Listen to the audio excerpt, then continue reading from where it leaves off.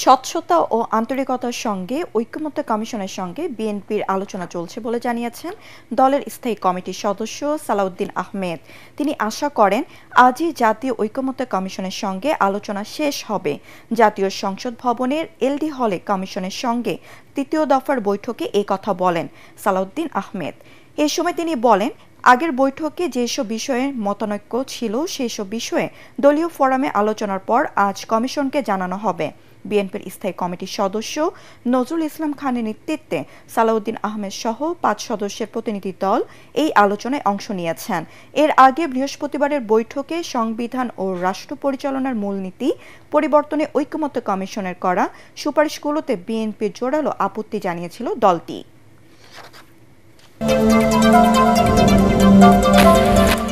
জুলাই আগস্টে বৈষম্য বিরোধী ছাত্র আন্দোলন চলাকালে গণহত্যার অভিযোগে গ্রেফতার সাবেক ১২ মন্ত্রী, প্রতিমন্ত্রী, সাবেক প্রধানমন্ত্রী, ২ উপদেষ্টা সহ ১৯ আসামিকে আন্তর্জাতিক অপরাধ ট্রাইব্যুনালে হাজির করা হয়েছে।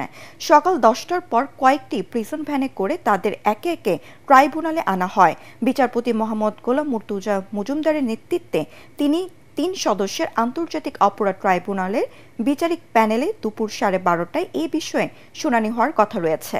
ট্রাইব্যুনালে হাজির করা আসামিরা হলেন সাবেক মন্ত্রী দীপু মনি, শাহজাহান খান, হাসানুল হক ইনু, আপিল বিভাগের সাবেক বিচারপতি AHM শাহাবুদ্দিন চৌধুরী মানিক, সাবেক প্রতিমন্ত্রী জুনায়েদ আহমেদ পলক, কামাল আহমেদ মজুমদার, সংসদ সদস্য সুলাইমান সেলিম, পুলিশের সাবেক আইজিপি চৌধুরী আবদুল্লাহ আল মামুন, সাবেক স্বরাষ্ট্র সচিব জাহাঙ্গীর আলম, গোলাম দস্তরি গাজী, কামরুল ইসলাম, আমির হোসেন আমু, ওয়ার্কার্স পার্টির সভাপতি রাশেদ খান মেনন, ফারুক খান, আনিসুল হক, আব্দুর রাজ্জাক, সালমান এফ রহমান এবং NTMCর সাবেক মহাপরিচালক জিয়াউর আহসান।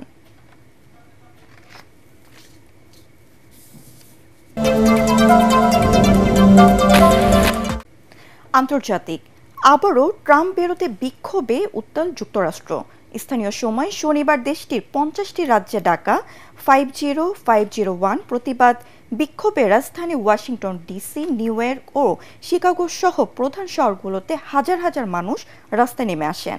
ট্রাম্প প্রশাসনের অভিবাসীদের বিতরণ, সরকারি চাকরি থেকে ছাঁটাই, গাজা গণহত্যা এবং ইউক্রেন নীতির বিরুদ্ধে এই বিক্ষোভ করেন তারা। বিস্তারিত শরীফুল ইসলামের প্রতিবেদনে।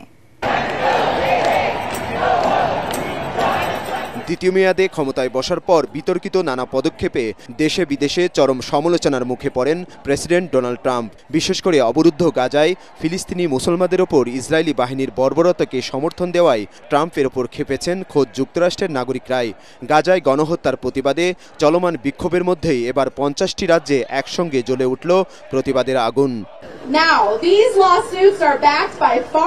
হোয়াইট হাউসের সামনে ট্রাম্প বিরোধী প্লাকার্ড হাতে অবস্থান নিয়ে বিক্ষোভ করেন বিভিন্ন সম্প্রদায়ের মানুষ।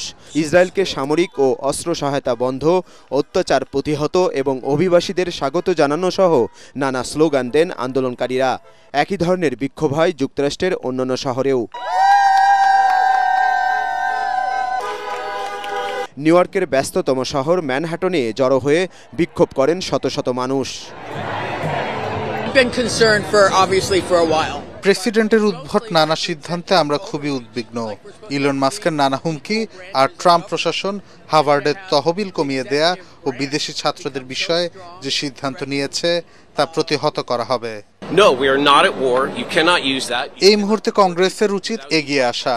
আমরা যুদ্ধের পক্ষ নই, আমরা গণতন্ত্র হারাচ্ছি। ট্রাম্প প্রশাসন যুক্তরাষ্ট্রকে একটি কর্তৃত্ববাদী রাষ্ট্রে পরিণত করতে চায়, কিন্তু আমরা তা হতে দেব না। যেসব বিশ্ববিদ্যালয়ে ট্রাম্প প্রশাসন তহবিল কমিয়ে দিয়েছে তাদের প্রতিও সংহতি জানান বিক্ষোভকারীরা। ফিলিস্তিনিদের পক্ষে আন্দোলন করায় যাদের আটক করা হয়েছে তাদেরকে দ্রুত ছেড়ে দেবার দাবি জানান তারা। এ সময় গাজায় ফিলিস্তিনিদের নির্বিচারে হত্যার প্রতিবাদ জানানো হয়। হোয়াইট হাউস ছাড়াও ভাইস প্রেসিডেন্ট JD ভ্যান্সের বাসভবনের সামনেও বিক্ষোভে অংশ নেন অনেকে। We care about our country and Trump ও তার প্রশাসন অভিবাসীদের বের করে দিতে যুক্তরাষ্ট্রের আইনের ব্যবহার করছে। এই অবস্থায় প্রতিবেশীদের বাঁচাতে আমরাও নেটওয়ার্ক ও প্রতিরোধ ব্যবস্থা গড়ে তোলার চেষ্টা করছি। protests are meant to be disruptive. Medicare, Social Security, veterans. বাধ্য হয়ে আমাদের রাস্তায় নামতে হয়েছে। ট্রাম্প বিশ্বজুড়ে যে অস্থিরতা তৈরি করেছে তা অবশ্যই বন্ধ হওয়া উচিত। আমরা যুদ্ধ চাই না, শান্তি চাই। Our allies. গেল জানুয়ারিতে হোয়াইট হাউসে আবারও ফেরার পর শনিবার দ্বিতীয়বারের মতো দেশজুড়ে ট্রাম্পের বিরুদ্ধে এই বিক্ষোভের ডাক দেয় 50501 নামে একটি গোষ্ঠী। এর অর্থ 50টি অঙ্গরাজ্যে 50টি বিক্ষোভ এবং একটি আন্দোলন। কর্মসূচির নাম দেওয়া হয় national day of action. Shariful Islam, ATN Bangla.